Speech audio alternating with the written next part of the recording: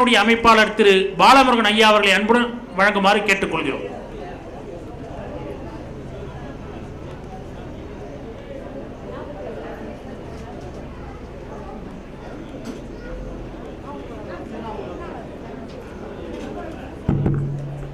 இடஒதுக்கீட்டின் வரலாறு குறித்து ஒரு கத்தி மேல் நடக்கும் வித்தையை அற்புதமாக பயின்று காண்பித்த திரு கிருஷ்ணமூர்த்தி முதுகலை ஆசிரியர் அவர்களுக்கு பல்லவன் என்ற நரசிம்மன் ஐயா அவர்களை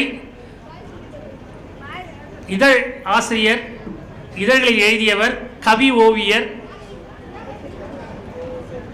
திரு பல்லவன் ஐயா அவர்களை வழங்குமாறு அன்புடன் கேட்டுக்கொள்கிறோம்.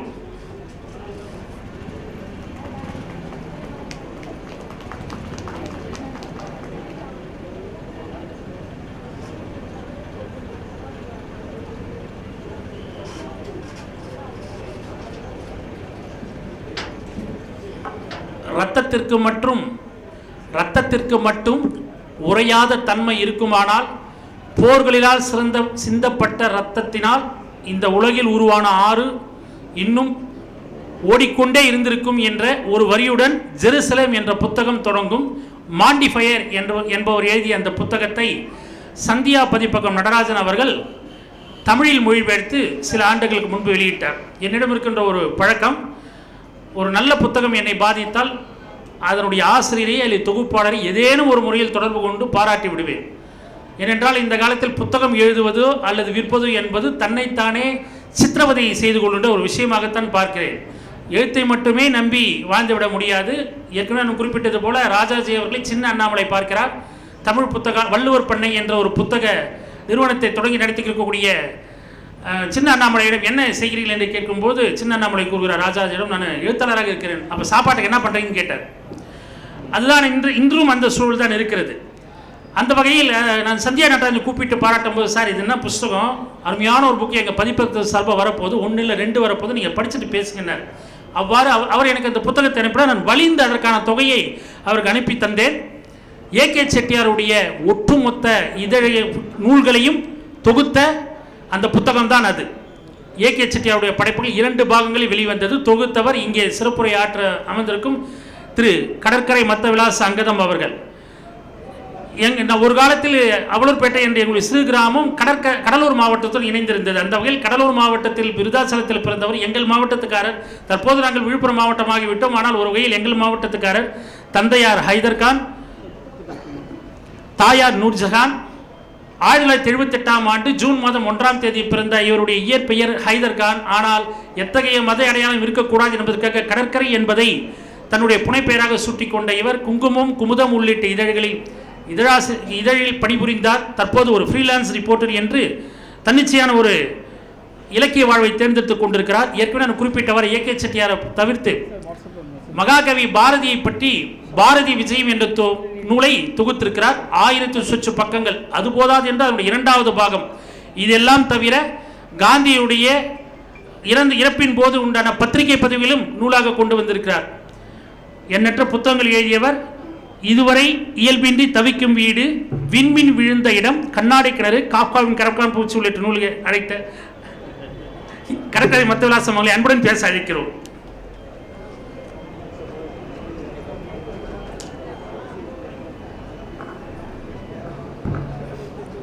அனைவருக்கும் வணக்கம்.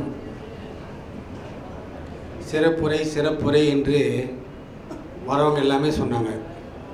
எனக்கு வடிவேல் மாதிரி கப்பு இருந்துச்சு.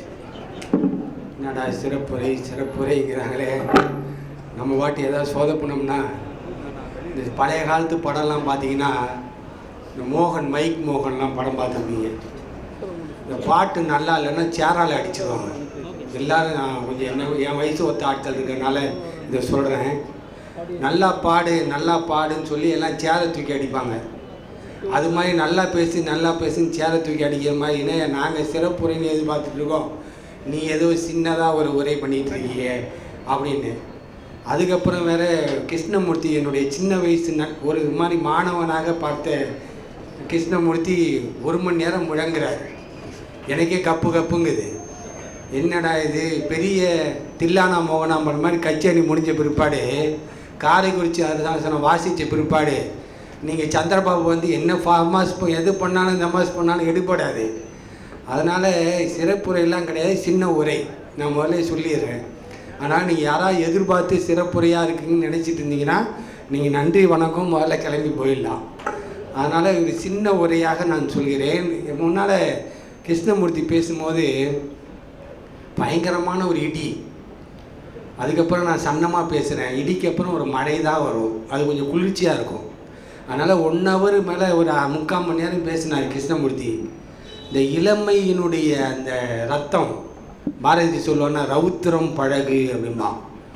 எனக்கு தெரியல, யாராவது ஒருத்தன் ரவுத்திரத்தை பழக முடியுமா? அது இன்பில்டாக இருக்கும். நீங்கள் ஒரு குழந்தை பிறக்கும் போது எப்படி தானாக சிரிக்கிறதோ அதை போல் ஒரு குழந்தை தானாகவே கோவப்படும். இது மனித இயல்பு.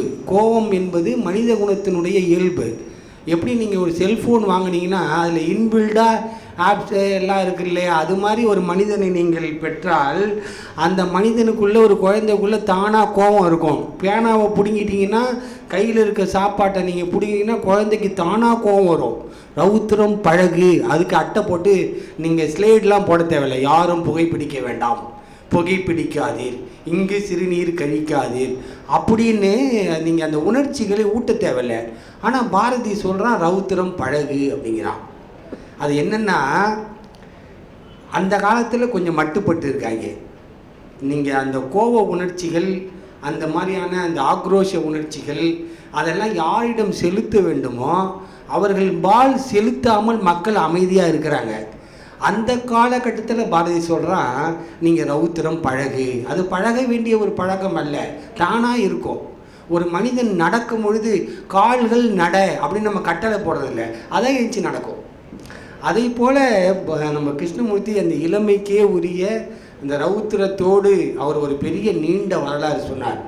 அது ஒரு வலி நிறைந்த சமூகத்தின் குரல். அது ஒரு வலி நிறைந்த சமூகத்தின் குரல்.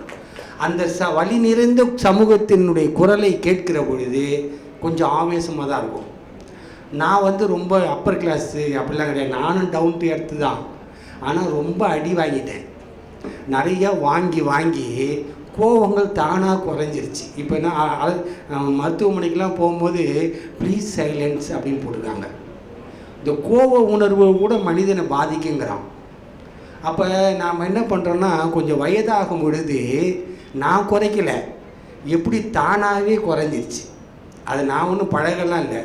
இப்போ என் வயசுக்கு கிருஷ்ணமூர்த்தி சேருகிற பொழுது இதே உரையை அவர் வேறு மாதிரி கொஞ்சம் குறைவாக பேசுவார். அதனால் இந்த வயதில் அப்படி தான் பேச முடியும். நீங்கள் கிருஷ்ணமூர்த்தியோடு ஒப்பிட்டு அந்த மாதிரியான ஒரு வேக உரையை என்கிட்ட எதிர்பார்த்தீங்கன்னா கொஞ்சம் கஷ்டம். நான் கொஞ்சம் சாந்தமான உரையை நிகழ்த்த விரும்புகிறேன். இப்போ 2வது, இந்த திருவண்ணாமலைன்னா இது எனக்கு ரொம்ப பக்கத்து கிராமம். நான் என் ஊர் நான் தென்னார்காடு. தென்னார்காடு வடார்காடு, இது பெரிய வித்தியாசமே கிடையாது. ஒரு 6 காடு.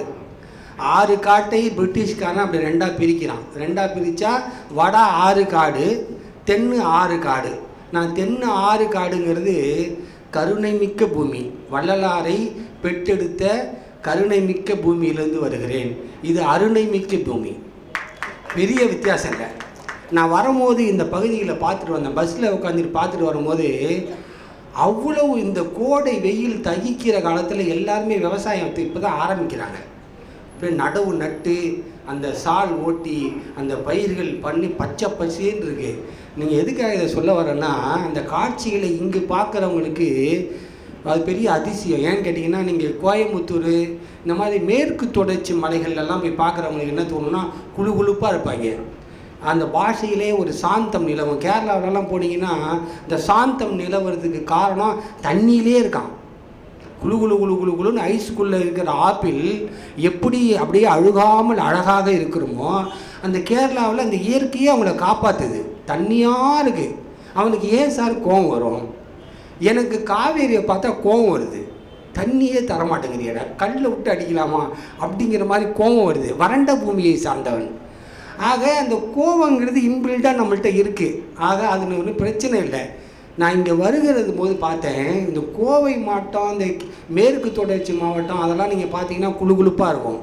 ஆனால் இது கிழக்கு தொடர்ச்சி மலை பகுதிகள் கொண்ட திருவண்ணாமலை, கிருஷ்ணகிரி, இந்த பக்கம்லாம் கிழக்கு தொடர்ச்சி மலை, அந்த இடத்துலையே அவ்வளவு குளுகுளுப்பாக, அவ்வளவு இன்பமாக, அவ்வளவு கிடைச்ச அந்த பூமியில் அவங்க வந்து அவ்வளவு அழகான விவசாயம் வரும்போது நடந்துக்கிட்டு பார்த்தேன். இதில் ஒரு சிறப்பு என்னன்னு கேட்டிங்கன்னா, 1925 ஜெகதீஷ் ஐயர்னு ஒருத்தர் எழுதுகிறார். இந்த வடார்காடு மாவட்டத்தை பற்றி 1925 எழுதுகிறாரு. இந்த ஊர் எவ்வளவு சிறப்பானது, இந்த மாவட்டம் வடார்காடு எவ்வளவு தூரம் ஒரு சிறப்பானதுன்னு எழுதுகிறாரு. இங்கே இந்த மக்கள், இந்த பூமி பண்பட்ட பூமி, இது விவசாயத்திற்கு சம்பந்தமான ஒரு பூமி, இது விளைச்சலாக மாற்ற முடியும் அறிவு கொண்ட ஒரு சமூகம் இந்த வடார்காடுக்கு அப்படி வருது. நீங்கள் பிரிட்டிஷ் காலத்தினுடைய ஆவணங்களை எல்லாம் எடுத்து பார்த்தால் அதில் மிகப்பெரிய ஊராக செஞ்சி தான் இருக்கும். செஞ்சி ஜில்லா. இந்த செஞ்சி ஜில்லா இது உள்ளெல்லாம் வரக்கூடிய இந்த இடங்களில் இந்த ஊர்களை என்ன சொல்கிறான்னா, இது வந்து ஒரு வடார்காடு வந்து ஏரிகள் நிறைந்த ஒரு மாவட்டங்கிறான். எங்கே பார்த்தாலும் ஏரிகளை வைத்து கிடைக்கிற நீரை வைத்து விவசாயம் பண்ணுறாங்க. காவேரி கரையில் இசை பிறந்ததில் ஆச்சரியமே கிடையாது. பொங்கி வரும் புது வெள்ளம் திறந்து விடுறதுக்கு அப்போ அங்கெல்லாம் ஆளே இல்லை. தானாக தலைக்காவேரியில் புறப்பட்ட காவேரி தானாக நடை பயந்து நேராக காவேரி கரையில் வந்து பூம்புகார் பட்டினத்தை தழுவி கடலை தழுவுகிற பொழுது அங்கே இருக்கவனுக்கு தானாக இசை வரும். ஆனால் சாமி, இந்த திருவண்ணாமலை வடார்காடு மாவட்டம் ரொம்பவும் கரடு முரடான மண் கொண்ட ஒரு மாவட்டம், மலை காடுகள் கொண்ட ஒரு மாவட்டம். இந்த நாட்டை இந்த நிலத்தை திருத்தி இவ்வளவு சிறப்புற அழகராக மாற்றிருக்கிறாங்கன்னா உண்மையாகவே அவன் எவ்வளோ பொறுமையாக இருந்திருப்பான் நினச்சி பாருங்கள். நான் 25 ஆண்டுகளுக்கு முன்னால் பவாவோட வீட்டுக்கு வந்தேன். அப்போ அவர் பவா வீட்டுக்கு போகும்போது பல முறை வந்திருக்கேன். அவர் வீட்டுக்கு போகும்போது அப்போ வந்து அவருக்கு இந்த இப்போ எல்லோரும் யூடியூப்பில் 10,000 அப்படின்னு சொன்னால் எல்லாத்துக்கும் தெரியும். எனக்கு தெரிஞ்சு யூடியூப்பில் 10,000 தெரியாமல் திருவண்ணாமலை தெரியாதவங்க கூட இருக்கான். 10,000 தெரியாத ஆளே இருக்க முடியாது இந்த வாசிப்பு தளத்தில். பவா செல்லத்துறைன்னா யாருக்கும் தெரியாத ஆளே கிடையாது. எனக்கு அவர் 30 ஆண்டுகளாக தெரியும். தாமுயசாக இருக்கவங்களுக்கு 30 வருஷமாக தெரியும். எனக்கு 25 வருஷம் நான் வந்து பள்ளி பருவத்திலேயே சைலஜாவை தெரியும்.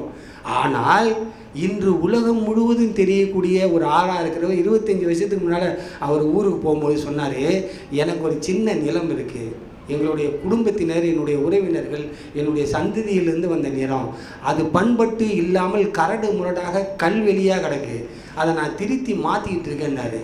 அந்த திருத்தி மாற்றுகிற வேலை உடலையும் மனதையும் மிக மிக ஆத்மார்த்தமாக செய்கிற வேலை. அதை தானாக கோபத்தை குறைச்சிடும்.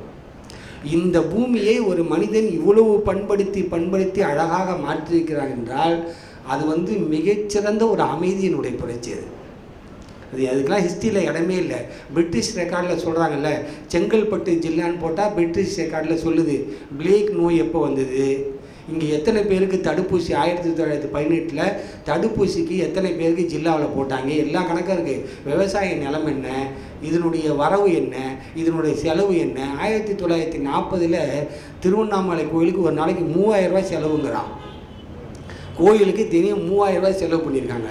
1940 16,000 ரூபாய் செலவு பண்ணி மின் விளக்குகள் போட்டிருக்காங்க. இது எல்லாம் ரெக்கார்டாக வருது. ஆனால் ஒரு மனித குலம் இந்த மண்ணை திருத்தி இதை எப்படி பண்பட்டு நிலமாக மாற்றினார்கள் என்பதற்கு எந்த தரவுமே கிடையாது. ஆனால் இந்த நிலத்தை நீங்கள் இந்த உழுது பயிரை அறுவடை செய்கிற பொழுது 5000 ஆண்டுகளுக்கு முன்னால் யாரோ ஒரு கற்காலத்து மனிதன் இந்த மண்ணை விளைநிலமாக மாற்ற முடியும்னு கண்டுபிடிச்சிருக்காங்க. அந்த சாந்தமும் அமைதியும் தான் பெருசு. அந்த சாந்தமும் அமைதியும் மிக மிக பெரியது. அதனால் நான் இப்போ பின்னால் நோக்கி போயிட்டுருக்கேன், கற்காலத்தை நோக்கி போட்டுட்ருக்கேன். இப்போ பாரதி இப்படி போயிட்டுருக்கேன். அதனால் என்னுடைய காலங்களே 40, 1921, 25 இப்படி பின்னால் போயிட்டுருக்கு. இந்த காலகட்டத்தில் நான் இங்கே அழைக்கப்பட்டிருக்கிறேன். எனக்கு ரொம்ப மகிழ்ச்சி என்னன்னு கேட்டிங்கன்னா, இந்த ஊரில் மிகப்பெரிய ஆட்டக்காரர் இருக்கார். பவா செல்லத்துறை வந்து இந்த ஊரில் அறியப்பட்ட உலகச் சிறந்த ஒரு பேச்சாளர். என் ஆஃபீஸ்க்கு ஒரு கம்ப்யூட்டர் ரிப்பேர் பண்ணுறதுக்காக ஒரு பையனை வர சொன்னேன். அவன் வந்து ரிப்பேர் பண்ணிகிட்டு இருந்தான். பண்ணி முடிச்ச உடனே அந்த பையன்கிட்ட கேட்டேன், என்ன ஊர் நீங்கள்? என்ன? திருவண்ணாமலைன்னா. திருவண்ணாமலையா? திருவண்ணாமலையே பக்கத்தில் கிராமமானு கேட்டேன். திருவண்ணாமலையே சார் அப்படின்னா. சரி எனக்கு தெரிஞ்ச நண்பர்கள்லாம் அங்கே இருக்காங்க அப்படின்னேன். உங்களுக்கு தெரிஞ்ச நண்பர் இருக்காங்களா? திருவண்ணாமலையா நீங்கள் வந்திருக்கீங்களான்னு கேட்டான். இந்த காஷ்மீருக்கு வந்த மாதிரி கேட்குறது ஏதானா இருக்குது திருவண்ணாமலை 3 மணி நேரம் பயணம் பண்ணால் திருவண்ணாமலைக்கு வந்துட முடியும். நான் பக்கத்து ஜில்லாதாயா, நான் பக்கத்தில் எங்கள் விருத்தாசலம் தான், கடலூர் மாவட்டம் தான். திருவண்ணாமலைக்கு பல முறை வந்திருக்கேன், கிரிமலைலாம் சுற்றிருக்கேன், திருவண்ணாமலையில் போய் அருணாச்சலேஸ்வரர் பார்த்துருக்கிறேன். இன்னும் நீங்கள்லாம் நினைக்கக்கூடிய நிறையா சாமியாரெல்லாம் பார்த்துருக்கமான்னு சொன்னோன்னே உங்களுக்கு யார் சார் நண்பர் இருக்கான்னு கேட்டான். பாவா செல்லதுரைன்னு ஒருத்தர் இருக்கான்னு சொன்னேன். சார் பாவா செல்லதுரை உங்களுக்கு தெரியுமான்னு கேட்டான். பாவா செல்லதுரை இல்லைப்பா, பாவா செல்லதுரை கொஞ்சம் இறக்கு அப்படின்னு. இல்லை சார் பாவா செல்லதுரையை தெரியுமா? நான் திரும்பவும் சொல்ல பாவா செல்ல இல்லைப்பா, பாவா செல்லதுரைன்னு. சார் தயவு செய்து உங்களுக்கு தெரிஞ்சதுன்னா எனக்கு ஒரு உதவி பண்ணுங்க சார். நான் என்னப்பா என்ன உதவின்னு கேட்டேன். நானும் திருவண்ணாமலை சேர்ந்தவன் தான், அவர் நிறைய கதை சொல்கிறாரு சார், நான் கேட்டிருக்கேன், அவரோட ஒரு ஃபோட்டோ எடுக்கணும்னு கேட்டான்.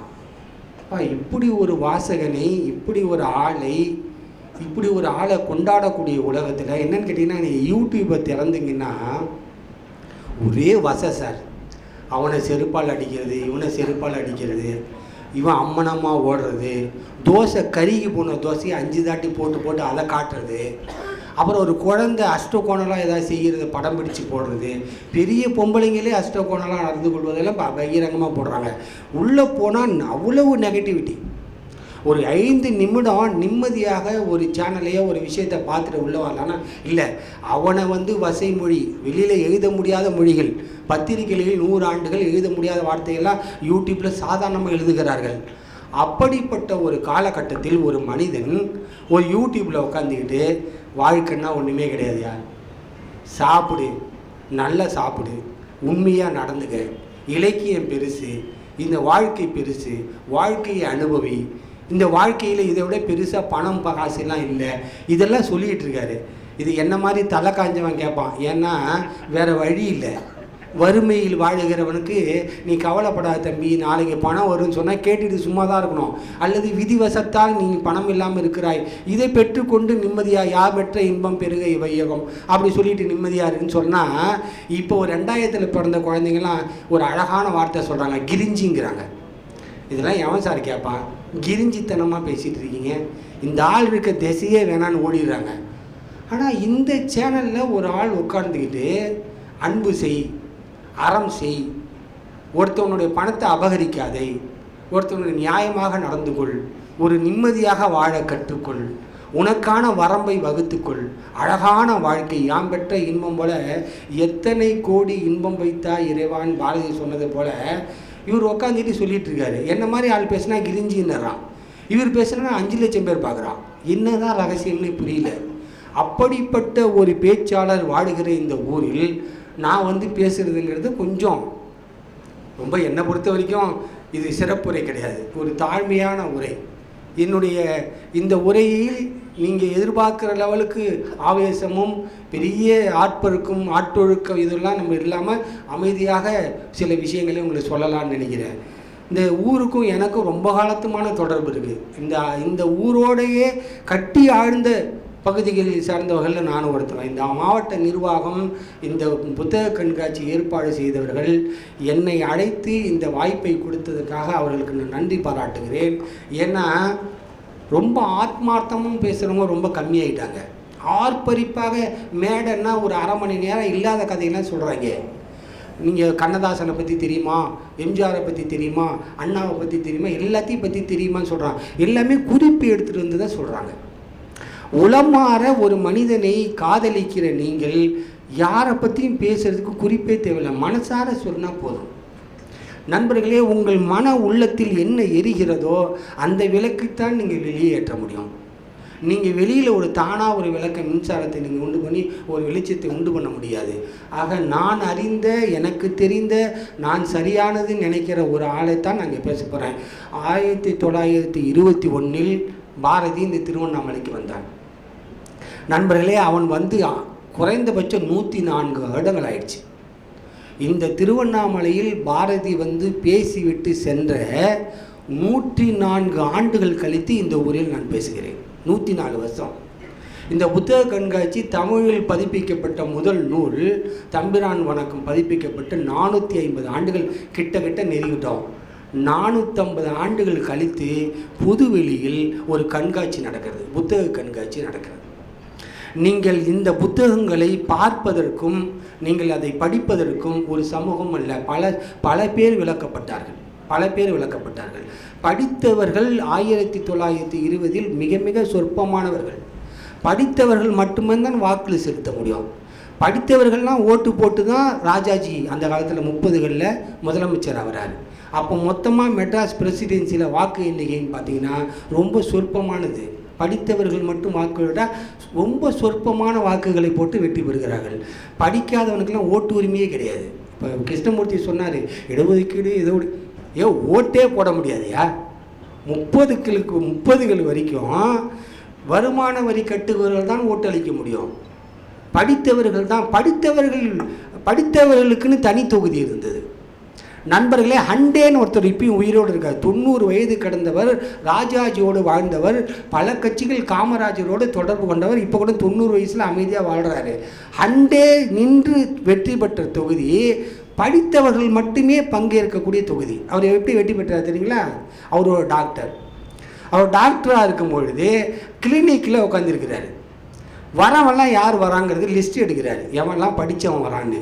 அவன் பேஷண்ட்டாக படித்தவன்லாம் பார்த்துட்டு அவன்கிட்டலாம் அவன் நோட்டீஸ் கொடுக்குறாரு. நான் சொல்லலை, அவரே சொல்லியிருக்காரு. இந்த நோட்டீஸ்லாம் கொடுத்து அவன் இதயத்தை தொட்டு பார்க்குறாரு. இதயத்தை தொட்டு பார்க்குறது எதுக்காக? வாக்குக்காக. அவன் இதயத்தை தொட்டு பார்த்துட்டு ஒன்றும் பிரச்சனை இல்லை, நோ ப்ராப்ளம், டோன்ட் வரி, இந்த சீட்டு. அவன் மருந்து சீட்டுன்னு கையில் வாங்குறான். ஒன்றும் கிடையாது, நான் எலெக்ஷனில் நிற்கிறேன், இந்த சீட்டில் முத்திரை போட்டுரு. அப்படி பெறப்பட்ட வாக்குகளில் ஹண்டே ஜெயிச்சு போயிட்டார். நண்பர்களே, மக்களாட்சி என்பது என்ன? படித்தவர்களுக்கு அந்த அறிவை உணர்ந்து கொண்டு யார் சிறப்பானவர்கள்னு ஓட்டு போட்டிருக்கணும்ல. படித்தவன் அப்படி போட்டானா? டாக்டர் கொடுத்த சீட்டை வாங்கிட்டு போட்டான். படிக்காத மக்கள், நான் 5 தேர்தல்களுக்கு நேரடியாக தமிழ்நாடு முழுவதும் சர்வேக்கு போயிருக்கேன். நான் எந்த வயதான பல்லு போன கிளவிலேருந்து சாப்பாடு சாப்பிட முடியாத ஒரு வறுமையின் பிடியில் இருக்க வரைக்கும் நேரடியாக சந்திச்சிருக்கேன். பல லட்சக்கணக்கான ஆட்களை நேரில் சந்திச்சிருக்கேன். ஒரு ஏழைகிட்ட போய், பாட்டி நீ யாருக்கு ஓட்டு போடுவோன்னா அதையா நீ கேட்குறான். வரட்டும், எலெக்ஷன் வரட்டும்ப்பா, சும்மா சொல்லு யாருக்கு போடுவேன், அதையே உனக்கு சொல்லணும். வரட்டும், யாரெல்லாம் வரட்டும் பார்ப்போம், அப்போ போட்டுக்கிறேன். நீ சொன்னால் ஏதாச்சும் கிளம்பும் போது சொல்லுவாங்க, வெத்தலைக்கு எதை 2 ரூபா கொடுத்துட்டு போகல, நேரம் வேஸ்ட்டாக பேசிகிட்டு இருந்தேன் அப்படின்பாங்க. உன் வேலை எதவுனா கவனி, என் வேலையை நான் கவனிக்கிறேன். ரகசியம், வாக்களிப்பது ரகசியம். படிக்காத ஒரு பாமர பாட்டிக்கு யாருக்கு வாக்களிக்கும் அப்படின்னு வெளியில் சொல்லக்கூடாதுன்னு ஜனநாயகம் கற்றுக் கொடுத்துருக்கிறது. அவங்க தெரிஞ்சு தான் சொல்லாமல் இருக்கிறாங்க. வாக்கு யார் செலுத்துகிறோங்கிறத நம்ம சொல்லக்கூடாது. ஆனால் படித்த வகுப்பினர்களுக்காக இருந்த அந்த தொகுதியில் என்ன நடந்தது? டாக்டர் இதயத்தை தொட்டவனே கரைஞ்சிட்டான். ஓட்டை போட்டு அவரை வெற்றி பெற வச்சுட்டான். ஹண்டேவே சொல்லியிருக்கான், நான் சொல்லலை. அப்படிப்பட்ட ஒரு காலகட்டத்தில் படிப்படியாக வளர்ந்து இந்த ஊரில் பாமரனுக்கும் படிப்பறிவு இல்லாதவனுக்கும் பிச்சைக்காரர்களுக்கும் ஏதிலி மக்களுக்கும் வாக்குரிமை வந்ததே ஜனநாயகம். இப்போ என்ன சொல்கிறாங்கன்னா, ஓட்டு போட்டு என்ன பண்ண போகிறீங்க? எதுக்கு சார் அவனா வர போகிறான், எதுக்கு ஓட்டு போகிறது? நண்பர்களே, 100% வாக்கு போடணும்னு நமக்கு கஷ்டம் இல்லை. ஜனாதிபதியாக இருக்கக்கூடிய இப்போ தான் நமக்கே தெரியுது அந்த உண்மை. என்னன்னு கேட்டிங்கன்னா, அமெரிக்காக்காரன் ஒரு பணம் கொடுத்துருக்கான். இந்தியாவில் வாக்குரிமையை அதிகப்படுத்துவதற்காக ட்ரம்ப்னுடைய அரசாங்கம் இதுக்கு முன்னால் அமெரிக்காவில் கென்னடி யாரோ இருந்தாங்கல்ல, அத்தனை பேரும் அமெரிக்காவில் வாக்கு சதவீதத்தை உற்பத்தி அதிகப்படுத்துவதற்காக பணம் கொடுத்துருக்காங்க. நான் கேட்பதெல்லாம், அமெரிக்காவில் இருக்கக்கூடிய ஒரு ஜனாதிபதிக்கு இந்தியாவில் இருக்கிற மக்கள் ஜனநாயகத்தை காப்பாற்றி ஓட்டு போட வேண்டுங்கிற அக்கறை இருக்கிற பொழுது இந்த ஏழை மக்கள்கள் கரெக்டாக ஓட்டு போடுறாங்க. படித்த மக்கள் இருக்கக்கூடிய எந்த தொகுதியிலும் ஓட்டே விட மாட்டேங்குது. வெயில் சாருங்கிறான், வெயில் வர முடியல. இந்த படித்து இந்த வாக்கு செல்வதற்கான இடமெல்லாம் நம்ம கொண்டு வந்து கொடுத்தது எதுக்குன்னா, உங்களுடைய தலைவனை நல்ல அரசாட்சியை கொண்டு வருங்க அப்படி தான் சொல்கிறாங்க. அதுக்காகத்தான் நம்ம இந்த இடத்த கொடுத்துருவோம். கிருஷ்ணமூர்த்தி இவ்வளோ நேரம் இட ஒதுக்கீடு வாக்குச்சாவடிக்கே வரமாட்டேங்கிறாங்களே. ஆக இது ஒரு நீண்ட நெடிய ஒரு பிரச்சனையான ஒரு காலகட்டம். இதில் நிறைய நம்ம பார்த்துட்டோம். மக்களுக்கு ஜனநாயகம் என்றால் மீண்டும் சொல்லிக் கொடுக்க வேண்டியதாக இருக்குது. ஓட்டு போடுகிற உரிமை எப்படி வந்தது அப்படின்னு சொல்லிக் கொடுக்க வேண்டியதாக இருக்குது. இந்த நாட்டை காப்பதற்கு உங்களுக்கு என்ன வழிமுறைகள் இருக்குதுன்னு நம்ம சொல்ல வேண்டியதாக இருக்குது. அதிகபட்சமாக அடிதடி சண்டைகளை தான் பார்க்குறாங்க. இப்போ இன்னும் சில பேர்லாம் என்ன சொல்கிறாங்கன்னா, பாலிசியை பின்னால் சொல்கிறோம், ஓட்டை முதல்ல போடுங்கங்கிறாங்க. அப்படிலாம் நிறைய ஸ்கீம்லாம் வருது. ஆக இந்த மாதிரியான காலகட்டத்தில் இவரை போல கிருஷ்ணமூர்த்தியை போல நம்மளுடைய ஆட்கள் இந்த இடஒதுக்கீனுடைய அந்த முக்கியத்துவத்தை சொல்வது என்பது ரொம்ப முக்கியமானது. ஆனால் என்ன பிரச்சனைன்னு கேட்டிங்கன்னா, நம்மளே இவ்வளோ வேகமாக பேசும்போது மக்கள் என்ன நினைக்கிறாங்க, இவர் ரொம்ப கோபமாக பேசுகிறார், இவர் ஏதோ கொஞ்சம் நமக்கு செட் ஆக மாட்டேங்கிறாரு, இவங்க மனசுக்குள்ளே நினச்சிக்கிறாங்க. அவர் உங்களின் பால், உங்களுடைய சமூகத்தின் பால், உங்கள் அக்கறையின் பால் இந்த கோபத்தை கொட்டுகிறார். ஆக என் சப்ஜெக்டுக்குள்ளே வந்துடுறேன். பாரதியினுடைய இந்த இந்த இந்த ஊருக்கும் பாரதிக்கும் என்ன தொடர்பு அப்படிங்கிறத நான் சொல்லிடுறேன். 1921 மே மாதம் பாரதியார் இங்கே வந்தார். இரண்டு கூட்டங்களில் பாரதி பங்கேற்றதாக 2 கூட்டங்களில் பேசியிருக்கிறார். ஒன்று அருணாச்சல அங்கே இருக்கக்கூடிய கோயில் வளாகத்தின் முன்னாலேயே இருக்கக்கூடிய ஒரு அரங்கத்தில் அவருடைய பேச்சு மே மாதம் 3ஆம் தேதி நடந்திருக்கு. அப்புறம் அதுக்கு 4ஆம் தேதி மறுநாள் பேசியிருக்காரு. நண்பர்களே, அவர் இந்த திருவண்ணாமலைக்கு 100 ஆண்டுகள் கடந்து 104 ஆண்டுகள் ஆயிடுச்சு. நிறைய பேர் நிறைய கோரிக்கைகள் வைக்கிறார்கள். இங்கே இருக்கக்கூடிய நண்பர்கள், பாரதி நண்பர்கள், பாரதி மேல் அரசாங்கத்துக்கிட்டலாம் நான் கேட்க மாட்டேன். இங்கே இருக்கக்கூடிய தனிநபர்கள், இங்கே இருக்கக்கூடிய பொறுப்புள்ள சமூக பொறுப்புள்ள மக்கள், அந்த பாரதி வாழ்ந்து இந்த 100 ஆண்டுகளில் அவன் பல ஊர்களுக்கு போயிருக்கலாம். ஆனால் அவனுடைய இறுதி காலத்தில் பாரதி வந்த மிக இறுதி